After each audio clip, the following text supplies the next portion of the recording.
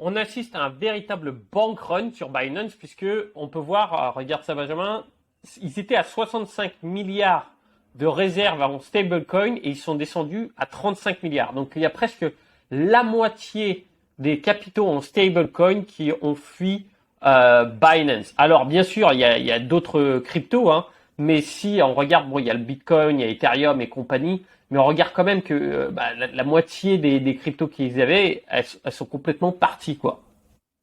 Mm. Euh, Ce qui est intéressant de voir aussi, c'est en fait le BUSD. Je sais pas si tu utilises ça encore, hein, le Binance Coin pour l'US dollar. Il était bien monté, hein, presque à 20 milliards de capitalisation, c'est ça. Et il a chuté drastiquement. Donc ça aussi, c'est parti de Binance. Et on peut voir, ce qui est intéressant, c'est que on a eu un dip en fait, hein, il y a eu une chute, rechute, et là on commence à revoir une augmentation. Donc peut-être que les gens renvoient de l'argent vers leurs exchanges. Je ne sais pas, mais en tout cas, Binance aujourd'hui n'a plus beaucoup de fonds, n'a plus beaucoup de valeur dans les fonds qu'ils ont sur la plateforme. Bon, après c'est lié au prix, hein, mais pour les stablecoins, c'est ça qui est intéressant, c'est de voir comment ça évolue. Alors, Là, tu vois par exemple, tiens, regarde, USDT en vert. USDT, on voit que il a été plus gros au niveau de octobre et compagnie, mais après là, ça s'amincit et ça devient de plus en plus fin pour regarder que les stablecoins. Et là, si on regarde d'autres choses du coup sur les stablecoins, Luna Crash, FTX Collapse, on voit que quand même elles ont pris un coup dans l'aile, hein. Alors, ce qui est intéressant, c'est de voir que c'est USDT, celle sur laquelle on a le moins d'informations qui est en pleine expansion. D'ailleurs, toi, tu gardes en quoi tes stablecoins si tu en as? je reviens juste après sur la preuve de réserve de Binance et les infos. Alors, exclu absolu, je n'ai pas de stablecoin aujourd'hui. Donc, si avant, quand j'en gardais, c'était sur de l'USDC, parce que ça m'inspirait plus confiance que l'USDT. C'est plus ou moins toujours le cas. Mais aujourd'hui, toute transparence, je n'ai pas de stablecoin. Et donc, pour revenir sur Binance, bon, il y a eu beaucoup de discussions sur leur preuve de réserve, si elle était vraiment viable ou pas. Bon, vu que c'est pas leur bénéfice, on va dire qu'elle est plutôt fiable. En fait, pour moi, il y a trois, quatre explications. Je sais pas exactement, je vais réfléchir en parlant. La première, pour moi, il n'y a rien d'étonnant sur la baisse des stablecoins, puisque le stablecoin de Binance, entre guillemets, le PUSD, n'est pas émis par Binance mais par Paxos, qui est une entreprise américaine, et la SEC a enjoint à Paxos d'arrêter d'émettre le BUSD. Alors, c'est pas très Paxos, c'est clair. eux qui font aussi Oui, le gold, non? le Paxos Gold fait aussi. Et ils ont un autre Ouais. stablecoin dollar. Alors, je crois que c'est le True USD, mais je suis pas sûr. À vérifier, hein. Je peux dire une bêtise, mais ils ont un autre stablecoin en dollars. Il me semble que c'est bien le True USD, donc le TUSD, à vérifier. Donc, comme ils ont eu l'obligation de cesser d'émettre le PUSD, alors j'ai toujours pas compris si c'était immédiat ou dans un an. C'est pas très clair, donc à vérifier ça aussi. Il me semble que l'arrêt définitif est donc dans 11 mois maintenant. Donc, ce qui a fait que la capitalisation des PUSD a chuté, puisque comme il devrait cesser d'exister, en tout cas sous cette forme actuelle, enfin, il va cesser d'exister sous Mhm. cette forme actuelle, émis par Paxos, les gens préféraient se reporter sur d'autres. Ensuite, il y a plusieurs mois, Binance avait délisté des paires avec l'USDC et tous les autres stablecoins qu'il avait transformés en BUSD sur sa plateforme, c'était avant Paxos, donc il y a rien, alors sauf l'USDT. Donc en gros sur la plateforme Binance, il y avait plus que USDT et BUSD. Donc c'est logique que les autres stablecoins baissent en capitalisation. Ouais. Et donc Parce que quand USDC, j'enlève, si je me trompe pas, c'est de chez Coinbase. oui, c'est Circle qui est un consortium Circle, entre ouais. Coinbase et une autre entreprise dont le nom m'échappe. Mais ils ont créé un consortium qui s'appelle Circle. Et donc, il n'y avait plus que l'USDT et le BUSD sur Binance. Donc, rien d'étonnant qu'il y ait une baisse des stablecoins, puisque le BUSD, je crois, est passé de, alors c'était pas 20 milliards, ça me paraît beaucoup, mais de 15 à 16 milliards à 8 milliards, donc a baissé de 50%. Ensuite, il y a les affaires Binance aux États-Unis. Je sais pas ce qu'ils vont en parler maintenant. Vas-y, je t'en prie. Hein. Donc en gros, bon là, les régulateurs américains, SEC, CFTC et d'autres sont à cran contre les cryptos depuis l'affaire FTX. Et en gros, accusent plus ou moins tout le monde de contourner les règles, de faire du blanchiment, de pas respecter la législation américaine. Et là, c'est Binance qui, en gros, en prend pour son grade depuis 10 jours environ. C'est la CFTC, cette fois-ci, qui pourrait lancer, qui pourrait lancer un procès contre Binance, qui l'accuse de ne pas respecter la législation américaine. Alors sur beaucoup de points, on va pas donner tous les détails, c'est trop compliqué et trop long ici. Mais en gros, il faut savoir qu'aux États-Unis, il y a un Binance.us qui est réservé aux clients américains qui n'ont pas le droit donc officiellement d'accéder à la plateforme que nous on a accès en Europe, Binance International. Et apparemment, il y aurait des Américains sur cette plateforme, donc ça ne respecterait pas les règles. Ensuite, ils n'auraient pas respecté, en interne à Binance, les règles de ce qui est conformité, donc contrôle pour savoir si les clients ne blanchissent pas de l'argent, ce genre de choses. Et il y aurait même des transactions impliquant l'Iran, et aucune entreprise américaine, ou en tout cas respectant les règles américaines, ne peut commercer avec l'Iran officiellement. Bref, il y a beaucoup de choses. Donc Peng Zhao s'est défendu, dit que non, bien sûr, c'est pas vrai, on respecte les règles, machin, donc à suivre. Donc peut-être aussi pour ça qu'il y a une baisse de confiance. Et enfin, la troisième raison, c'est lié à FTX, où il y a une perte de confiance dans les grandes plateformes centralisées, et donc les clients, et c'est pour moi une bonne chose, préfèrent conserver eux-mêmes leurs cryptos sur un wallet comme Ledger, un MetaMask ou autre. Donc voilà pour moi les raisons de la baisse des réserves de Binance. Je pense que ce sera intéressant de voir justement après un petit peu quelles sont les solutions à tout ça, parce que bon, les exchanges centralisés, ça a eu la cote en 2021, 2022, mais maintenant c'est fini, quoi, on n'en veut plus. Et il y a des solutions qui sont sympas là-dessus. Hein. Donc je voulais remontrer le BUSD, le déclin est énorme. Voilà. Alors Binance US, c'est exactement. Alors je vois. Alors oui, c'est donc janvier, c'est ça. C'est à date, ouais.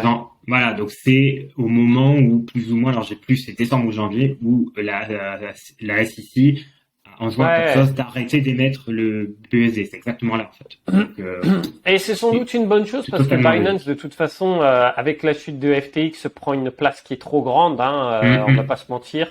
C'est pas 75% des échanges. J'avais vu ça il y a la semaine dernière. Ça dépend, je pense, parce que c'est compliqué de mesurer les échanges. Il y a beaucoup de faux dedans. Mais en tout cas, ouais, il y a si tu veux, quand il y a un exchange qui prend une place qui est bien trop forte, c'est pas si bon que ça pour le marché crypto. Hein. On voit justement que en fait les stablecoins, on était arrivé USDT, USDC, c'est cool. Alors on avait le Terra Luna qui était énorme et puis qui s'est explosé en plein vol. Et là, on voit que les Luna Crash et compagnie, ça a quand même impacté les stablecoins puisqu'en fait elles sont devenues pas si stables. Hein, en gros, on a failli avoir quand même USDC qui allait reprendre le dessus du USDT et puis au final, à la fin, tout le monde a fait un petit peu les feignants et ils se sont dit bon allez vas-y. USDT, ça fait plus longtemps qu'ils sont là, je vais faire ce pari-là, même si on ne sait pas vraiment ce qu'ils ont derrière, mais bon, a priori, on pourrait leur faire confiance. Et apparemment, en ce moment, ils sont en train d'être de plus en plus transparents, donc. Ils peuvent, hein, de toute façon, avec les profits qu'ils ont fait. Mais ils ont t'as son CEO ou quelqu'un assez haut placé qui a fait une interview pour un média français la semaine dernière, qui en gros ils disent que ils sont l'entreprise la plus résiliente du secteur. Ça fait 10 ans qu'ils sont là, ce qui est vrai. Ouais, ils jouent là-dessus. Voilà. Ils ont raison. Ils ont raison. Et là, maintenant, ils sont en train de payer les médias, du coup, pour faire une petite tournée de presse pour essayer de reprendre les parts de marché, je suppose. Donc bon. Peut-être, oui. Tant qu'on est en train de parler justement d'analyse on-chain, je voulais montrer un dernier graphe qui était intéressant avant de voir un petit peu les solutions qu'on peut avoir sur se passer des exchanges centralisés. Bien sûr, c'est des exchanges décentralisés, mais on verra ça en détail. Eh bien, ici, nous avons le score d'accumulation qui est un bon indicateur des phases quand même du marché, hein, puisque soit on est avec un score où bah là c'est le bottom discovery et on se retrouve avec une phase d'accumulation en violet. Donc il y a des gens qui achètent le bottom et après en général entre les deux ça met du temps et les gens ils se mettent à racheter quand c'est en train de monter, hein. La plupart des personnes achètent dans le vert et les bons investisseurs achètent dans le rouge, dans le très rouge. C'est en général comme ça que ça se passe. Ici on voit hein, la bonne phase d'accumulation qui s'était passée. On avait eu une croissance, donc vous voyez que ici là il n'y a pas personne qui achète. Là, au moment où il y a eu un dip, on a eu de nouveau. Et c'est pendant le bull run, bien sûr, qu'il y a tout le monde qui se met à acheter le plus souvent, qui était là sur le bull run de janvier 2021. Ce qui n'est pas forcément la meilleure technique, hein, entre nous. Ah bah non, c'est pire. C'est pire, mais bon. Oui. Et là, du coup, il y en a qui se disent ah, c'est bon, je vais pouvoir racheter ici à ce moment-là. Et là, du coup, ils sont plutôt. Il y a une partie de distribution. Parce que oui, il y a l'accumulation ici, distribution de ceux qui ont acheté là, et là, et là. Et ensuite, on a un bottom discovery sans doute qui a été mis en place ici, hein, puisque on voit qu'on a eu une petite phase d'accumulation, une phase de distribution, et là nous sommes repartis sur une phase d'accumulation. Il faut qu'on ait quand même, quand on regarde, hein, les phases d'accumulation durent quand même. Parce que là, c'est assez dézoomé, hein. C'est de septembre 2018 ici, janvier 2019, donc il y a quand même plusieurs mois. Ce qui est quand même intéressant, je dois dire, et il me semble que ce graphique doit être en échelle logarithmique. C'est pour ça qu'il n'y a pas des.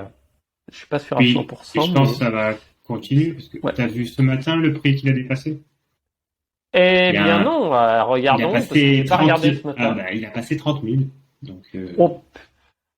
Seuil psychologique, voilà. Ah ouais, c'est fort quand même. C'est fort. Ah, ça fait plaisir. J'ai pas regardé. Ethereum est à 2000. Mais t'as la mise à jour Shanghai qui a lieu. Alors, je sais pas quand ça sera diffusé. Bah, c'est le 14 avril normalement, hein. Ah, c'est pas le 12. Pour moi, c'est. Ah bah c'est peut-être le 12. Après, tu sais, c'est pas toujours. C'est pas toujours. Bah, quand vous entendrez ou verrez ce podcast, elle aura eu lieu a priori. Mais en tout cas, beaucoup l'attendent. Et moi, je pense pas qu'il y aura une chute. Bon, on en a parlé la dernière fois. Peu de gens veulent vendre. On en a parlé la dernière fois. On ne sait pas ce que ça va donner. On ne sait pas. Ça sert à rien honnêtement de spéculer à ce moment-là, je pense. De toute façon, c'est que pour Ether. Ah ouais, on a fait quand même. On a tapé le 30 345. Bon, on est à moins 55% maintenant. On est à moins 55%. Ouais, ça va, c'est pas mal, hein. Alors, regarde, sur 30 jours, tu fais quand même plus 50%, ça dépend quand t'as acheté, tu vois. Donc, après, la dynamique est excellente, je vais pas te mentir, parce que sincèrement, les nouvelles autour des cryptos sont pas bonnes. Ouais, c'est sûr, mais... Et tout le monde attend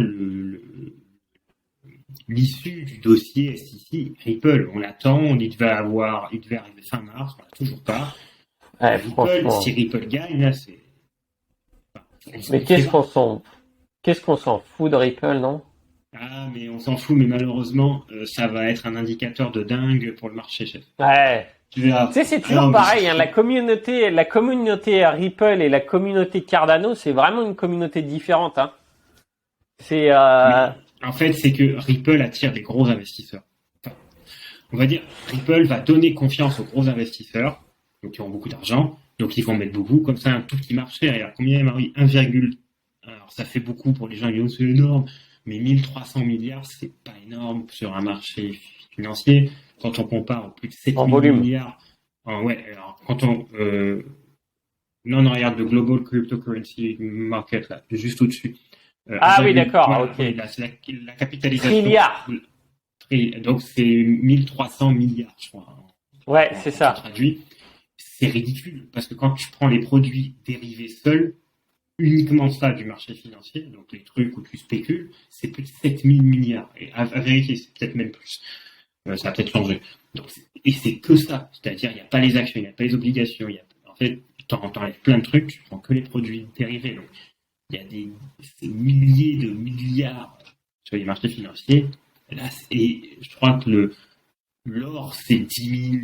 Enfin, c'est énorme, la capitalisation de l'or. C'est ridicule, en fait, le marché crypto. Donc, si les gros investisseurs arrivent dessus, bah, ça veut dire qu'ils vont faire bouger le marché et à la hausse. Après, ça veut dire que le marché est encore trop dépendant de gros investisseurs. Ouais, tu vois, il y a des chiffres qu'on n'a pas hein, quand même. Par exemple, ce qui serait intéressant, c'est de voir le nombre d'inscriptions qui arrivent dans les exchanges centralisés. Ah oui, oui. Ça c'est. Bah, ils communiquent eux-mêmes dessus, non, mais il faut arriver à Voilà, agréger donc tout ça. le marché de l'or est 23 fois plus gros Voilà. que le marché Ouais. des cryptos, Hmm. enfin du Bitcoin, pardon, pas des cryptos. Hmm. Oh là, oh là, oh là, oh là là là. Donc c'est encore pire. Non, c'est un peu moins pire justement, mais c'est pas beaucoup. Ah, regarde, regarde, regarde. On peut Voilà, regarder 13 là, 000. mais hop, on a quand même Bitcoin en 11e place. Voilà, C'est quand 582 même pas milliards. dégueulasse. C'est pas dégueulasse, oui. 582 milliards, donc l'or, oui. 13 316 milliards, oui. On est encore loin. Même Voilà, donc l'argent est devant. Je sais pas si tu vois, ouais, en cinquième. ouais, c'est sûr. Mais bon, euh, en fait, le truc, c'est que oui, de toute façon, là, les multiples, en fait, tu regardes dans le top 10, entre ici, on est à 0,5 et ici, on est à 13, tu vois, Hmm. il y a une grosse différence quand même. Oui, oui. Donc, dans le top 10, en fait, je sais pas si, en fait, j'ai l'impression qu'on est en train de comparer les mauvaises choses parce que là, ça a un petit Ah peu oui, rien non, à là, voir, tu quoi. compares les carottes et les choux, hein. Ça n'a rien à voir. Maintenant, tu remarques en effet que, ah oui, Bitcoin est passé devant Facebook. Enfin, Meta, ça, c'est intéressant. Tu vois que l'or est Non, très, parce que c'est là, ça se joue en mouchoir de poche, en fait, si tu veux. Toutes ah, ces mais c'est, capitalisations-là, de 600 à 400, oui, là, il y a plein de chiffres. le En fait, il y Bitcoin a, il y a, il y a pourrait passer dans le vraiment. top 5. Attention. Non, en fait, l'or est Ben, de trop toute loin devant. façon, moi, je vais te dire, je pense que si plus on va perdre des jobs avec l'intelligence artificielle et compagnie, plus les cryptos et Bitcoin, ça va devenir des solutions de refuge. Hmm. Pourquoi? Parce que pour moi, il y a un double effet en fait. Il y a un double effet où si certaines personnes vont pouvoir moins gagner, il faut faire attention à ce que son capital ne déprécie pas en valeur. Et deuxième chose, bah, justement, c'est les périodes de forte inflation qu'on a connues. Hmm. Donc, un Bitcoin à 30 000 dollars aujourd'hui, il faut bien se dire que ça vaut pas autant qu'un Bitcoin à 30 000 dollars il y a Ah oui, oui, 4 ans ou exactement. autre. Ça vaut Exactement. moins aujourd'hui. Ça vaut moins Exactement. aujourd'hui. Ça a perdu énormément en valeur le dollar et l'euro Hmm. en complet. Hein. Donc justement, ce que je voulais montrer maintenant, c'est un petit peu, bah, on va regarder hein, comment on peut passer, s'outrepasser des exchanges centralisés, puisque nous n'avons pas d'informations aujourd'hui sur le nouveau niveau d'inscription. On pourrait prendre les recherches Google, create Binance account, create Coinbase account, mais le truc c'est que c'est tellement sporadique aujourd'hui, je dirais. Hmm. Puis tu peux acheter des petites cryptos un peu partout. On ne sait pas ce que ça donne. Mais en tout cas, ce qui est bien, c'est que les investisseurs qui restent longtemps, en général, euh, sont des personnes qui vont investir plus, puisqu'elles ont déjà les choses en place. Bon, bah là, tu vois, par exemple, là, je peux pas acheter du render. On me le propose pas directement sur les différents exchanges. Alors, ce que je voulais regarder, c'était montrer ici. Bon, là, ici, par exemple, sur CoinGecko, on a directement les exchanges décentralisés. Et les exchanges décentralisés, on en a parlé rapidement une fois précédente, mais c'est vraiment le top parce que on peut les utiliser depuis notre ledger, notre clé Trésor, enfin bref, peu importe. Remarque, je suis pas sûr avec Trésor, mais si je pense tout ce qui va être sur Ethereum va fonctionner, hein, puisque MetaMask peut se connecter à vos ledgers et à vos cold wallets. Et Uniswap, par exemple, qui est totalement décentralisé, qui ne peut pas être stoppé ou autre, eh bien, on peut y accéder assez facilement. D'ailleurs, on voit que Arbitrum, eh bien, c'est bien développé, hein, avec un bon volume quand même, hein, 313 millions. Les dernières 24 heures, c'est pas mal, hein, parce que quand on regarde la comparaison à Uniswap V3, il y a une belle chose. PancakeSwap, la Binance Smart Chain, elle se prend une vautrée monumentale. Hein. Remarque, si on additionne V2 et V3, ça devrait aller, mais Uniswap tient la route, quoi. En gros, il y a deux grands exchanges décentralisés, c'est Uniswap et on pourrait dire PancakeSwap. Curve, ça va pas être énormément de paires, hein, à ma connaissance. Après, en revanche, il peut y en avoir beaucoup différents, mais vous voyez que les volumes ne sont pas toujours énormes, donc ça va dépendre. Alors moi, j'utilise deux outils, Uniswap V3 que on va regarder ici, du coup. Enfin non, j'utilise trois outils d'ailleurs. Hop, ici. C'est donc important ça, de toute façon. Voilà.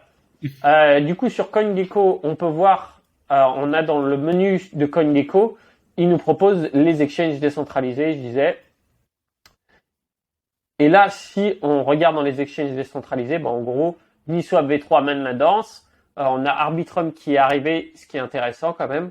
Et on a PancakeSwap, donc la Binance Smart Chain qui est derrière, qui s'est pris une bonne volée. Hein. Je pense aussi, à mon avis, sur PancakeSwap, il y avait énormément de paires en BUSD, étant donné que c'était l'exchange décentralisé de Binance. Hein, je l'ai enlevé, moi, donc j'ai appris ça, j'avais une paire sur un truc de farming. Alors c'était BUSD BNB. Donc en fait moi, si je fais ça, c'est que les plus grosses. Je fais pas chercher les trucs obscurs, même s'il y a 1000% de rendement, je fais pas ça. Je fais les trucs qui me paraissent plus safe, bien capitalisés. Et quand j'ai vu que le BUSD, qu'en gros Paxos ne pouvait plus émettre, je me suis dit bon, j'ai fait un peu de BNF, je suis parti, ciao. C'est pas très grave. Ouais. J'ai échangé en Bitcoin. C'était très bien comme ça. Et donc justement, on voit d'ailleurs, hein, Pancake V2, la plus grosse paire, c'est BUSD, USDT. À mon avis, il y a beaucoup de monde qui doit faire le change là-dessus. Et honnêtement, après, Curve, ça ne prend pas toutes les cryptos, mais c'est quand même une grosse plateforme. Et on a Uniswap V3, Uniswap V2, Uniswap qui est sur plusieurs. Donc, ce qui est dingue, c'est qu'au final, il y a eu beaucoup de choses qui se sont passées pendant le bear market et il y a eu des positions dominantes qui ont été prises qui sont très fortes. Hein, aujourd'hui, Uniswap qui prend 34%, plus qui s'additionne 13% avec Uniswap Arbitrum quand même, hein, 313 millions, ce qui n'est pas rien pour quelque chose qui a été lancé récemment. Donc là, on a presque 50% du marché rien que qui est pris avec les deux premières, quoi. Je suis quand même surpris que AAV n'apparaisse pas. Alors à moins qu'ils considèrent pas ça comme un exchange décentralisé.